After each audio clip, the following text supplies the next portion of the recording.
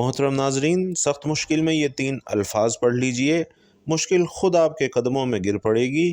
صرف زمین و آسمان کے ہی نہیں بلکہ جنت کے خزانے بھی ان الفاظ میں چھپے ہیں۔ ناظرین کرام، خلعت نبوت سے سرفراز ہو کر حضرت ابراہیم خلیل اللہ کئی دن کے بعد گھر تشریف لائے تھے۔ دیکھا کہ سامنے والد سنگ تراشی میں مصروف ہیں۔ والد نے غضبناک نگاہوں سے بیٹے کو گھورتے ہوئے سوال کیا، کہاں سے آ رہے ہو؟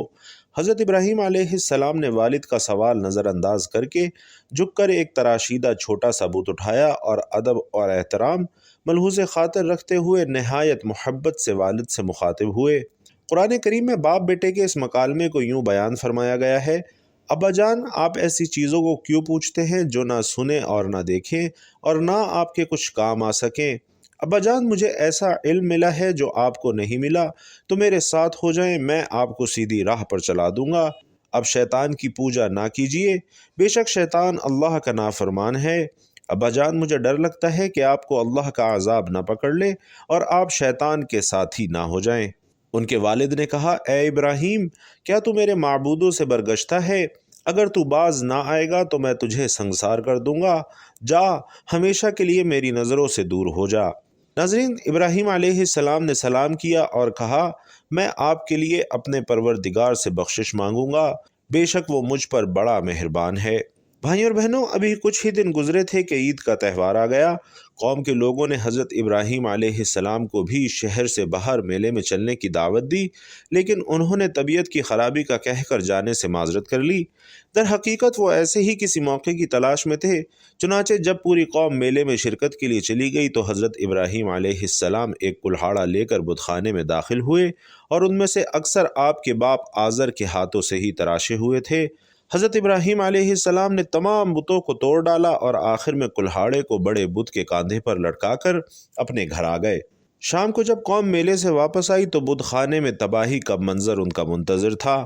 قرآن کریم میں اس حوالے سے فرمایا گیا ہے: کہنے لگے، ہمارے معبودوں کے ساتھ یہ سلوک کس نے کیا؟ بے شک وہ تو ظالموں میں سے ہے۔ لوگوں نے کہا کہ ہم نے ایک نوجوان کو ان کا ذکر کرتے ہوئے سنا ہے، اس کا نام ابراہیم ہے۔ وہ بولے کہ اسے لوگوں کے سامنے لاؤ تاکہ وہ گواہ رہیں۔ جب ابراہیم علیہ السلام آئے تو انہوں نے کہا کہ کیا ہمارے معبودوں کے ساتھ یہ کام تم نے کیا ہے؟ ابراہیم علیہ السلام نے کہا: یہ کام اس بڑے بت نے کیا ہوگا، اگر یہ بولتے ہیں تو ان سے پوچھ لو۔ وہ سر نیچا کر کے بولے: تم جانتے ہو کہ یہ بول نہیں سکتے۔ ناظرین، بتوں کو توڑنے کا عمل نمرود سمیت پوری قوم کے لیے ناقابل معافی جرم تھا، لہٰذا فیصلہ کیا گیا کہ حضرت ابراہیم علیہ السلام کو آگ میں ڈال دیا جائے تاکہ آئندہ کسی کو بتوں کی بے حرمتی کرنے کی ہمت نہ ہو۔ چنانچہ پوری قوم لکڑیاں جمع کرنے کے عمل میں مصروف ہو گئی، یہاں تک کہ اگر کوئی بیمار پڑ جاتا یا کوئی کام نہ ہوتا تو وہ منت کرتا کہ اگر مجھے شفا ہو گئی یا میرا کام ہو گیا تو میں ابراہیم کو جلانے کے لیے لکڑیوں کا گٹھا دوں گا۔ ایک مدت تک قوم لکڑیاں جمع کرتی رہی اور جب لکڑیوں کا پہاڑ کھڑا ہو گیا تو ایک بہت ہی گہری خندق کھودی گئی اور لکڑیوں کے اس ڈھیر کو اس میں ڈال دیا گیا۔ کہتے ہیں کہ بہت گہرائی میں ہونے کے باوجود بھی لکڑیوں کا ڈھیر آسمان سے باتیں کر رہا تھا، اور جس دن لکڑیوں کے ڈھیر میں آگ لگائی جانی تھی اس سے پہلے شیطان نمرود کے دربار میں پہنچا اور بولا: بادشاہ سلامت، جب لکڑیوں کے اس پہاڑ میں آگ لگے گی تو اس کی تپش کی وجہ سے کوئی بھی اس کے قریب نہ جا سکے گا، لہٰذا آپ ابراہیم کو آگ میں کیسے ڈالیں گے؟ ناظرین، یہ وہ سوال تھا جو نہ نمرود کے کن ذہن میں آیا تھا اور نہ ہی اس کے مشیروں اور مصاحبوں کے ذہن میں آیا تھا۔ تو شیطان نے جب نمرود کو پریشان دیکھا تو فوراً بولا: تم پریشان کیوں ہوتے ہو؟ میں ہوں نا، بس ایسا کرو کہ اپنا ایک بہترین شخص میرے حوالے کر دو، میں اسے ایک ایسی مشین بنانا سکھا دوں گا جس سے کوئی بھی چیز کو کافی دور تک پھینکا جا سکتا ہے۔ چنانچہ قوم میں سے ایک بہترین کاریگر کو تلاش کر کے شیطان کے حوالے کر دیا گیا۔ ناظرین، یہاں علامہ عماد الدین ابن کثیر رحمۃ اللہ علیہ تحریر فرماتے ہیں کہ جو مشین بنائی گئی تھی اسے منجنیق کا نام دیا گیا۔ سنگباری کی یہ دستی مشین ایک مقام پر کھڑی کر دی گئی اور منجنیق بنانے والے شخص کا نام ہیزن تھا۔ وہ دنیا کا پہلا انسان تھا جس نے منجنیق بنائی اور جس کی پاداش میں اللہ نے اسے زمین میں دھنسا دیا اور وہ قیامت تک زمین میں ہی دھنسا رہے گا۔ اور تاریخی روایات میں ہے کہ شہر کے لوگ کئی ماہ تک میدان میں لکڑیاں جمع کرتے رہے۔ دراصل قوم نمرود لکڑیاں جمع کرنے کا کام اپنے باطل معبودوں کی خوشنودی کے لیے کر رہی تھی۔ تاکہ پتھر کے وہ سب معبود ناراضی ختم کر دیں اور حضرت ابراہیم علیہ السلام کے ہاتھوں ہونے والے نقصان کی تلافی ہو سکے۔ لکڑیاں جمع کرنے کے بعد 7 دن اور رات پوری قوم اس میں آگ لگا کر اسے بھڑکاتی رہی، یہاں تک کہ اس کے شعلے فضا میں آسمان تک اس قدر بلند ہو گئے کہ اگر کوئی پرندہ اس پر سے گزرتا تو جل جاتا۔ آگ اپنے غیظ و غضب کے ساتھ بھڑک رہی تھی۔ اللہ کے خلیل کو موٹی رسیوں میں جکڑ کر منجنیق کے پلڑے میں بٹھا دیا گیا اور ابلیس کے مکروہ چہرے پر شیطانی مسکراہٹ پھیل گئی۔ وہ بھیس بدل کر اس پورے عمل کی نگرانی کر رہا تھا جس وقت پیغمبر خدا منجنیق کے ذریعے آگ کے اس خوفناک سمندر میں ڈالے جانے والے تھے۔ اسی وقت ملائکہ سمیت زمین و آسمان کی سب مخلوقات چیخ اٹھیں کہ یا رب، تیرے خلیل پر کیا قیامت گزر رہی ہے۔ رب تعالی نے فرمایا، جاؤ اگر مدد کر سکتے ہو تو کرو۔ فرشتوں نے مدد کرنے کے لیے حضرت ابراہیم علیہ السلام سے اجازت چاہی تو آپ علیہ السلام نے فرمایا کہ میرے لیے اللہ ہی کافی ہے، وہ میرا حال دیکھ رہا ہے۔ جبرائیل امین نے عرض کیا، آپ کو مجھ سے کسی قسم کی مدد کی حاجت ہے تو حکم کریں، میں حاضر ہوں۔ فرمایا، حاجت تو ہے مگر آپ کی طرف سے نہیں بلکہ اپنے رب کی طرف سے۔ حسبنا اللہ و نعم الوکیل۔ اور علامہ ابن کثیر رحمۃ اللہ علیہ تحریر فرماتے ہیں کہ جب مشرکین حضرت ابراہیم علیہ السلام کو منجنیق میں بٹھانے لگے تو اس وقت حضرت ابراہیم علیہ السلام اس دعا کو ورد زبان بنائے ہوئے تھے، لا الہ الا انت سبحانک رب العالمین لک الحمد ولک الملک لا شریک لک۔ ناظرین، حضرت امام بخاری رحمۃ اللہ علیہ نے حضرت ابن عباس رضی اللہ تعالی عنہ سے روایت کی ہے کہ جب حضرت ابراہیم علیہ السلام کو آگ میں پھینکا گیا تو انہوں نے کہا، حسبنا اللہ و نعم الوکیل، یعنی ہمیں اللہ ہی کافی ہے اور وہ بہترین کارساز ہے۔ اور رسول علیہ الصلاۃ والسلام فرماتے ہیں کہ جب حضرت ابراہیم علیہ السلام کو آگ میں ڈالا گیا تو انہوں نے کہا، اے میرے اللہ، تو آسمان میں تنہا ہے اور زمین میں تیری عبادت کرنے والا تنہا ہے۔ ارشاد باری تعالی ہے، اور ہم نے حکم دیا، اے آگ ٹھنڈی پڑ جا اور ابراہیم کے لیے سلامتی والی بن جا۔ علماء فرماتے ہیں کہ اگر اللہ تعالیٰ ٹھنڈی کے ساتھ سلامتی والی نہ کہتا تو اس آگ کی ٹھنڈک حضرت ابراہیم علیہ السلام کے لیے ناقابل برداشت ہو جاتی۔ بہرحال ناظرین، یہ ایک بہت ہی بڑا معجزہ ہے جو آسمان سے باتیں کرتی ہوئی دہکتی بھڑکتی آگ کے گلو گزار بن جانے کی صورت میں حضرت ابراہیم علیہ السلام کے لیے اللہ کی مشیت سے ظاہر ہوا، اور اس طرح اللہ نے اپنے نبی کو مشرکین کے شیطانی سازشوں سے محفوظ فرمایا۔ قصص الانبیاء میں تحریر کرتے ہیں کہ ابن عباس اور سعید بن مسیب سے روایت ہے کہ جس وقت حضرت ابراہیم علیہ السلام کو آگ کے سپرد کیا جا رہا تھا اس وقت بارش برسانے والا فرشتہ سخت اضطراب اور پریشانی کے عالم میں کہہ رہا تھا کہ کب مجھے حکم ملے گا کہ میں موسلا دھار بارش برساؤں، لیکن اللہ کا حکم اس کی سوچ سے بھی زیادہ برق رفتار تھا اور اللہ نے خود ہی آگ کو حکم فرما دیا تھا۔ ان نازک لمحات میں حضرت جبرائیل علیہ السلام ان کے ساتھ تھے اور آپ علیہ السلام کی جبین اطہر سے پسینہ پہنچ رہے تھے، اور اس پسینے کے علاوہ کوئی اور تکلیف آپ کو نہیں پہنچی۔ حضرت قعب بن احبار رضی اللہ تعالی عنہ بیان فرماتے ہیں کہ جس روز حضرت ابراہیم علیہ السلام کو آتش نمرود کے سپرد کیا گیا اس روز آگ سے تپش اور گرمائش ختم فرما دی گئی تھی، جس کی بنا پر نہ لوگوں کے چولہے گرم ہو سکے اور نہ ہی آگ سے کوئی کام لیا جا سکا۔ اور حضرت ابن کعب رضی اللہ تعالی عنہ نے مزید فرمایا کہ اس روز آگ نے حضرت ابراہیم علیہ السلام سے بندھی ہوئی رسی کے علاوہ کچھ اور نہ جلایا۔ اور حضرت صدی رحمۃ اللہ علیہ فرماتے ہیں کہ حضرت ابراہیم علیہ السلام کے ساتھ سایہ کرنے والا فرشتہ بھی تھا، اور 1 میل تک سایہ ٹھنڈک اور سلامتی تھی، اور سرسبز باغ گل و گلزار بن گیا تھا، جبکہ آس پاس آگ اپنے شعلوں اور شراروں کے ساتھ بھڑک رہی تھی اور حضرت ابراہیم علیہ السلام کی طرف لوگ دیکھ رہے تھے۔ سبحان اللہ۔ ناظرین، حضرت ابو ہریرہ رضی اللہ تعالی عنہ یہ روایت کرتے ہیں کہ حضرت ابراہیم علیہ السلام کے والد کے کہے ہوئے کلمات میں سے سب سے اچھے کلمات وہ ہیں جو آزر نے اپنے بیٹے کو آگ کے اندر اس حالت میں دیکھتے وقت کہے، اے ابراہیم، تیرا پروردگار بہترین پروردگار ہے۔